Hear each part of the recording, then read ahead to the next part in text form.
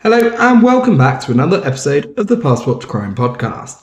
Tonight's journey takes us deep into the frostbitten reaches of Norway, to a hidden trail known by locals as Death Valley, to a burnt body and a woman with no name, no family, and no fingerprints, just a suitcase full of secrets, and a silence that still lingers 50 years later.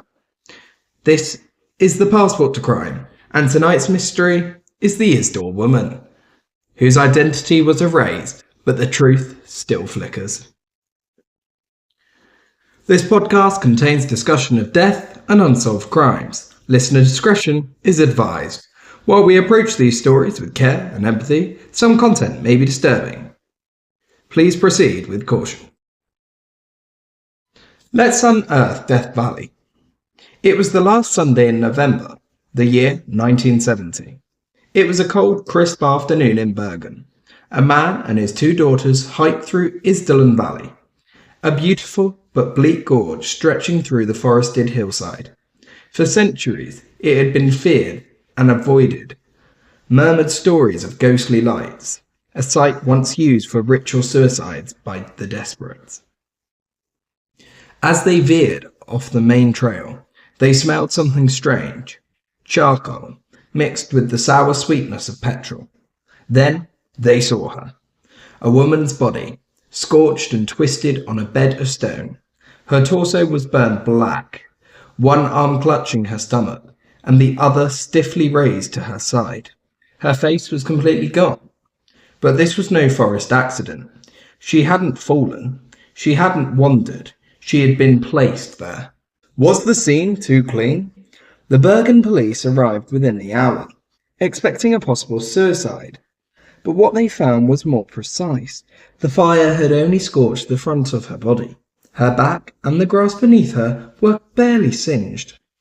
Personal items, boots, a fur hat, empty sleeping pill boxes, were laid around her like props. Even the labels on her clothing had been sliced off with surgical precision.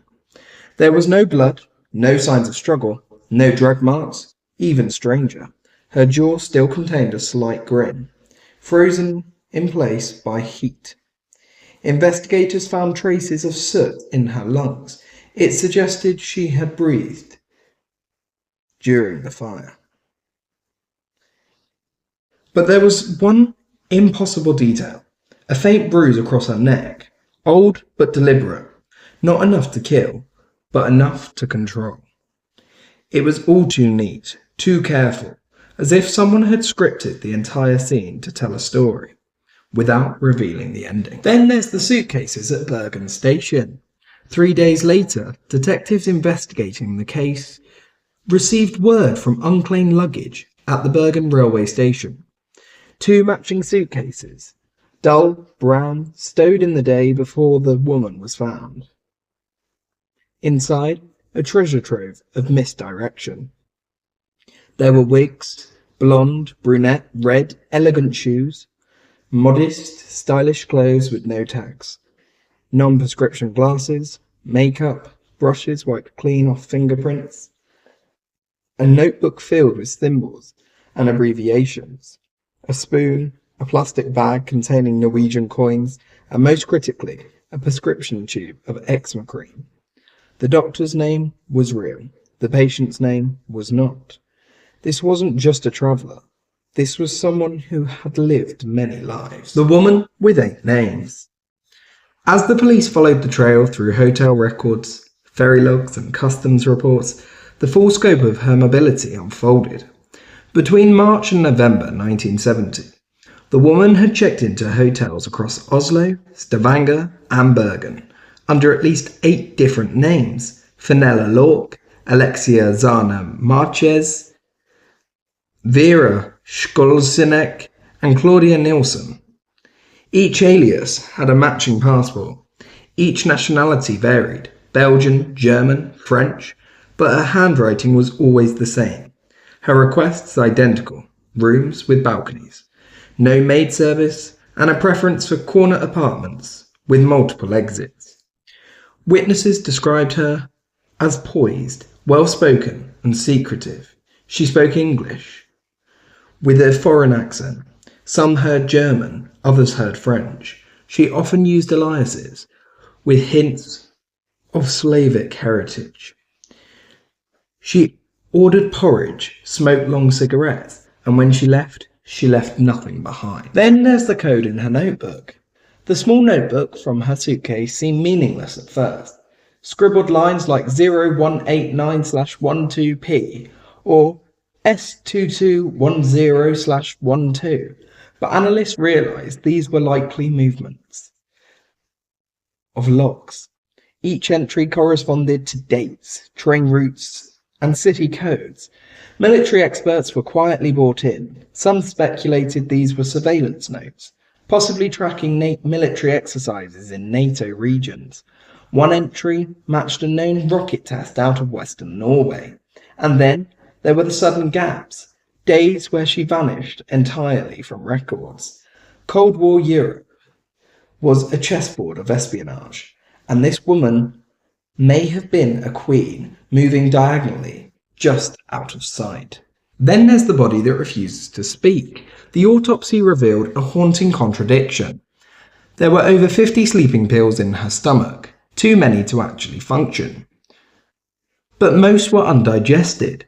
Toxicologists found traces of carbon monoxide in her blood, meaning she was still breathing when the fire began. Her fingerprints? Scorched beyond identification. Her dental work? Gold, ceramic, and rare for Norwegians, more common in Central or Southern Europe. Pathologists labelled the death as a suicide, but the math doesn't work out. Who swallows pills, but then lights a fire? Who then orchestrates their own destruction of their face?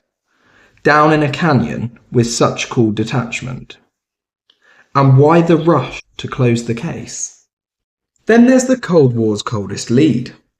Norway, though officially neutral, was surrounded by NATO activity in 1970. The Soviet Union watched the Nordic region carefully. The woman's routes often paralleled known radar sites and missile test facilities. Some former intelligence officers, speaking anonymously decades later, suggested the woman's movements mimicked those of field agents gathering data on military infrastructure. Signal intelligence, personnel movement, and topographical surveys.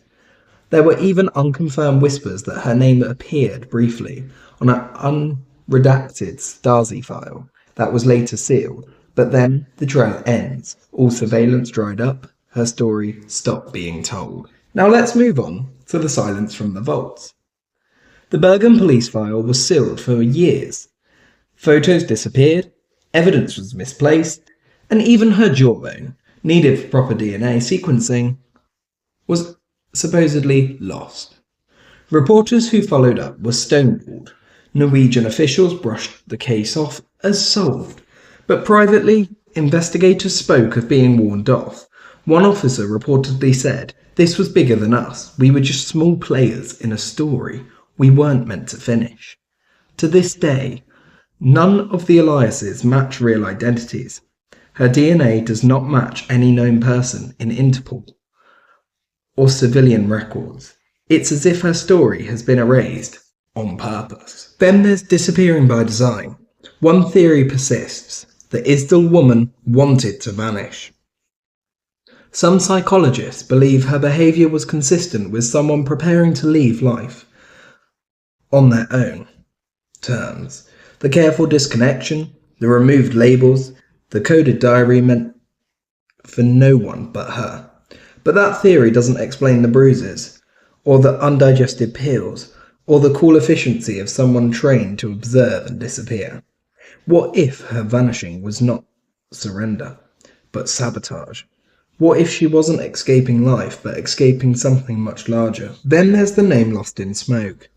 We call her the Isdal woman, but that's just geography. An echo of the place where she was found. In truth, we don't know who she loved, what she feared, where she called home.